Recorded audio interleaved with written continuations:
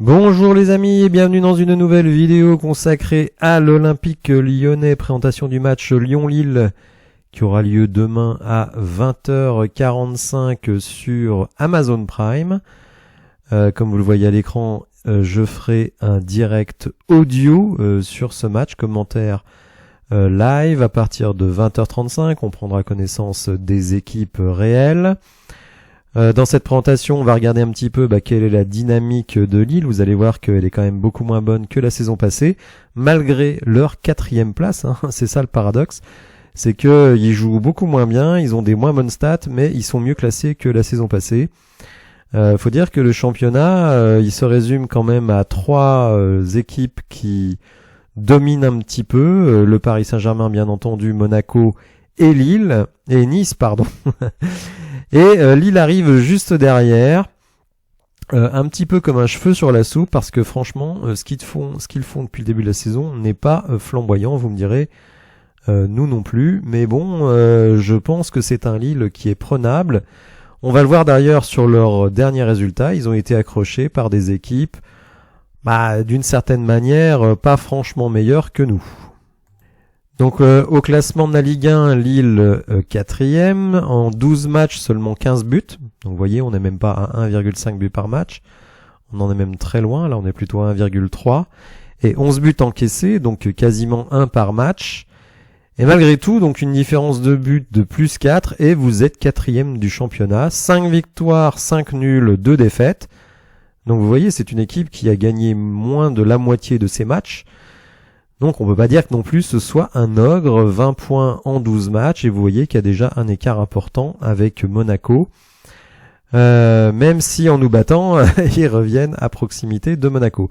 Sur leur match récent, ils ont fait un nul 1-1 face à Toulouse, ce qui est pas franchement une bonne performance. Avant cela, 0-0 à Marseille. Ils avaient, c'est un peu le paradoxe, battu Monaco à domicile. Avant cela, victoire vraiment de la plus petite des marges face à Brest, et avant ça, 1-1 à Lens. Bon, ce qui en soi n'est pas forcément un mauvais résultat, mais vous voyez que c'est une équipe quand même qui marque beaucoup moins de buts que la saison passée. Vous le voyez, la saison passée, elle avait fini 5e du championnat, mais elle avait marqué 65 buts en 38 matchs. On n'est pas tout à fait à 2 buts par match, mais on est à beaucoup plus de buts que la saison passée. Et ils gagnaient exactement la moitié de leurs matchs.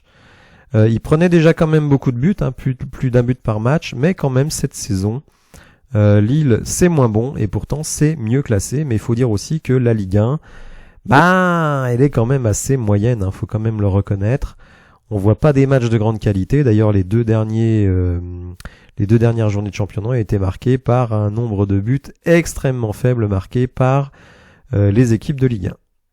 Alors lors de son dernier match face à Toulouse, même si ça fait mal à dire, Toulouse c'est à peu près le même niveau que l'Olympique lyonnais, et cette équipe de Lille avait joué en 4-2-3-1, donc vous voyez quand même une formation assez offensive avec des joueurs quand même assez référencés, et même des bons jeunes, Chevalier qui a une mauvaise note sur ce match, Yoro aussi, puis des vétérans comme Ben Taleb, Benjamin André, Cavallero, Zegrova qui est sans doute un des joueurs offensifs les plus dangereux de Lille, et Jonathan David qui fait une saison extrêmement décevante, lui qui était vraiment un des meilleurs attaquants sur les 2-3 dernières saisons.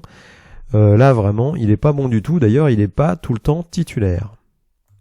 Sur le banc, vous le voyez, c'est pas la folie, c'est pas des grands noms, Bouhaddi, Gudmundsson, Haraldsson, qui lui avait fait des matchs de préparation impressionnants. On s'est dit, ils ont trouvé une super pépite dans les pays du Nord. Et puis le gars, depuis le début de la Ligue 1, il est vraiment pas du tout bon.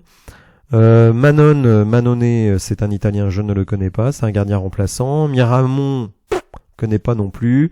Zedatka, pareil. Vous voyez, c'est pas non plus une équipe dingo. Le 11 est plutôt pas mal, mais derrière, il y a quand même pas beaucoup de rotation.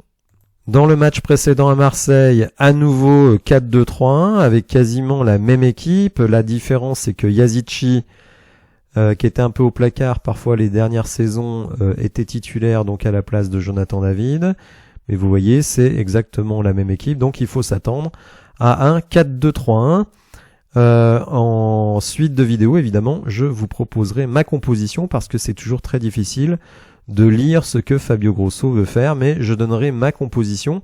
C'est pas forcément la composition que je préfère, mais c'est celle qui me paraît la plus cohérente par rapport aux forces en présence, puisqu'on a quand même quelques absents de marque. Face à Monaco, on voit encore 4-2-3-1, donc c'est vraiment le système de jeu utilisé par l'entraîneur Fonseca. Mais il faut bien reconnaître que cette saison, des joueurs sont partis, ceux qui sont arrivés sont pas forcément au niveau, ceux qui étaient déjà là l'année dernière sont moins bons. Donc cette équipe, on va dire, tourne moins bien, même si pour le moment, et c'est ça le paradoxe, son classement est meilleur à celui de la saison passée. Alors les duels récents, évidemment, à part remonter sur 10 ans, ça veut pas dire grand-chose vu que les équipes ont énormément évolué. Eh bien, donc on a joué, vous voyez, 2 fois en 2023, 2 fois en 2022 face à Lille, et notamment une fois en Coupe de France. Et si les derniers matchs ont été prolifiques en but, 3-3 donc lors de notre dernier déplacement à Lille, 3-3 également en Coupe de France, c'était à domicile et on s'était qualifié au tir au but. Et avant cela, l'année précédente, on avait gagné 1-0 à domicile et on avait perdu 1-0 à l'extérieur aussi, enfin à domicile. Donc c'est toujours très serré, vous voyez, il y a quasiment jamais plus d'un but d'écart entre les deux équipes. Mais bon, comme je le disais, les effectifs ont énormément évolué, donc regarder dans le passé ne nous dit pas forcément grand-chose sur l'avenir. La seule chose qu'on peut dire, c'est que cette équipe est moins impressionnante que la saison passée, où elle avait vraiment un jeu assez flamboyant. Pourquoi ? Comme je l'ai dit, départ de joueurs, un coach qui, rappelez-vous, avait été sollicité par l'Olympique de Marseille, qui finalement est resté à Lille parce que ses dirigeants n'ont pas voulu le laisser partir. Donc est-ce que lui est resté à contre-cœur ? Des joueurs qui aussi auraient bien aimé être transférés et qui n'arrivent pas à trouver preneur au prix que demande Lille, et notamment Jonathan David. Lille espère en obtenir 40, 50, 60 millions et ça se bouscule pas au portillon pour venir chercher le joueur à ce prix-là. Donc s'il est resté un peu contre son gré, il nous fait un peu une Moussa Dembélé, c'est-à-dire je suis là parce que je suis sous contrat mais j'en ai rien à faire. Et évidemment, en général, sur le terrain, ça ne donne pas grand-chose de très positif. Outre ces résultats, on va dire mi-figue, mi-raisin en championnat, il faut dire aussi que cette équipe de Lille fait la Conference League, donc la C4, d'un niveau quand même extrêmement moyen. Et ils ont, par 2 fois, rencontré le Slovan Bratislava, donc on peut pas dire que ce soit un géant d'Europe. Et vous voyez seulement un but partout à l'extérieur et à domicile 2-1. Et si je me souviens bien, il me semble avoir vu ce match. Ça n'avait pas été non plus de la folie furieuse. Il rencontre aussi d'autres équipes dans cette Coupe d'Europe, notamment Klaksvik. Alors ne me demandez pas où c'est, je n'en ai vraiment aucune idée. Et vous voyez 0-0 à l'extérieur. Et je crois qu'à domicile, ça avait été compliqué également face. Non, ils n'ont joué qu'à l'extérieur. Non, c'était le premier match face à Ljubljana, 2-0. Mais vraiment, si je me souviens bien, en fin de match. Mais bon, vous voyez, Ljubljana, Klaksvik et nos amis de Bratislava, mais c'est pas la super domination. Donc oui, c'est Lille, c'est a priori meilleur que nous, mais bon, nous, on peut quand même espérer qu'avec le travail de Fabio Grosso, nous soyons en progression. Et puis surtout, que la victoire à Rennes, avec tous les bémols qu'il faut y mettre, nous aura remis dans une certaine confiance. À domicile, le stade devrait être bien rempli, vous avez vu, il y a beaucoup d'efforts qui sont faits sur les tarifs.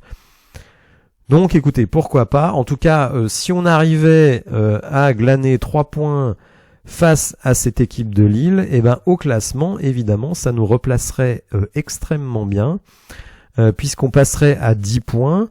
Alors évidemment, on est tributaire des résultats des autres, mais vous voyez que si vous arrivez à 10 points, finalement, vous n'êtes qu'à 3 points du 10e, 4 points du 9e, Et même si on veut être extrêmement optimiste, 6 points du 6e qui est européen. Donc bon, attendez, on n'en est pas là, je veux pas m'enflammer. Mais en tout cas, voilà, si on arrivait à s'imposer face à cette équipe de Lille dimanche, eh bien, on se remettrait vraiment dans le droit chemin. Il resterait encore beaucoup à faire, mais surtout, ça voudrait dire deux choses. Ça veut dire que la saison est loin d'être finie, que qu'un bon mercato d'hiver pourrait vraiment nous permettre de remonter dans ce classement et de ne plus trop penser à la Ligue 2, même si je pense qu'il faut l'avoir en tête pendant toute la saison. Et aussi que le travail de fond entrepris par Fabio Grosso commence à porter ses fruits. Et donc, ça nous laissera quand même des perspectives plutôt positives pour la suite de la saison. Alors évidemment, ce n'est pas très facile de savoir ce que Fabio a en tête, puisque il alterne les défenses à 4, les défenses à 5. Et pour ce match-là, écoutez, moi je pense qu'il va passer en défense à 5, et je vais expliquer pourquoi. Alors qu'à Rennes, il était passé en défense à 4, un petit peu à la surprise générale. Et donc il avait titularisé Ryan Cherki, Baldé et le troisième, est-ce que c'était Nuama ou Jeffinho, je me souviens plus. Mais bon, il avait mis 3 attaquants, 4 défenseurs et 3 milieux de terrain. Là, je pense qu'il va repasser en 3-4-3, 3-4-1-2 si vous préférez, c'est-à-dire avec Cherki en numéro 10 et Lacazette Nuama devant. Tout simplement parce que l'absence de Tagliafico à gauche fait que Enrique, on l'adore, c'est un super pro, mais ça reste quand même un joueur moyen. Donc avoir O'Brien et le milieu de terrain qui va l'aider, c'est quand même se sécuriser un peu. Et c'est le même raisonnement pour Koumbedi. Koumbedi couvert par Mata et Cacré, c'est moins flippant que Koumbedi dans une défense à 4 et Enrique dans une défense à 4. En tout cas, ça c'est mon point de vue, bien entendu.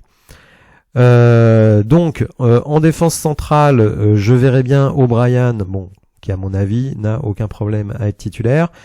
Diomandé, je dis pas que c'est forcément ma préférence, mais je pense que s'il a été titulaire dans le dernier match à la place de Lovren, ça pourrait encore être le cas face à Lille, mais je ne serais pas totalement sidéré que ce soit Lovren qui débute. Mata donc également en défense centrale sur cette défense à 3 ou à 5. Au milieu de terrain, alors j'ai mis Diawara, mais je pense pas que ce sera Diawara, je pense que ce sera Alvero, mais moi je mets ce que je préfère, et je préfère Diawara, qui a justement cette capacité de projection. En fait, on sera en 3-4-3, mais je pense qu'Enrique va peu monter, c'est pas un très bon joueur sur le plan offensif. Donc je me dis que si je mets Diawara de ce côté-là, je demande à Enrique de ne pas monter et à Diawara d'aller porter un petit peu le surnombre dans le côté gauche. De ce côté-là, évidemment, on sait que Koumbedi, lui, aime bien monter, et donc je vois Cacré et Mata venir combler derrière lui. En plus, Cacré n'est pas si mauvais dans les passes progressives, Il y a beaucoup de clichés qui tournent sur Maxence Cacré. Mais il a la capacité aussi de se projeter. Mais en plus, moi j'ai mis Ryan Cherki pour animer cette attaque avec Lacazette que j'attends revanchard et Nuama qui, je l'espère un jour, va justifier le montant du transfert qui a été mis sur lui. Voilà, donc moi je propose un 3-4-3. Je me dis que Lille, ce n'est pas une équipe intouchable, d'autant que Fabio Grosso nous a dit que vraiment sur le plan athlétique, l'équipe avait nettement monté. Depuis qu'il est arrivé, ça fait 2 mois qu'il travaille sur ce sujet-là, et on peut espérer voir enfin les bénéfices de cela. J'ai l'impression que Lille est une équipe quand même qui, si on lui met de l'intensité dans les duels, peut être en difficulté. Parce qu'il y a quand même des jeunes joueurs en défense centrale, notamment Yoro. Donc je pense qu'il peut se passer des trucs intéressants du côté de l'Olympique Lyonnais. Alors n'hésitez pas à me dire dans les commentaires quel système de jeu vous aimeriez voir, l'équipe aussi, quel effectif vous aimeriez voir sur le terrain. Éventuellement me donner votre pronostic, mais je vais lancer un sondage sur le sujet. Et je vous dis à demain, pour ceux que ça intéresse, en live à partir de 20h35 pour et regarder un petit peu la composition de l'équipe et se lancer tranquillement dans ce live Lyon-Lille, donc à partir de 20h35. Soyez nombreux, vous verrez, c'est sympa, et en plus je pense que cette fois il n'y aura ni problème de stream, ni problème de son. Voilà, merci de m'avoir suivi et à bientôt, au revoir.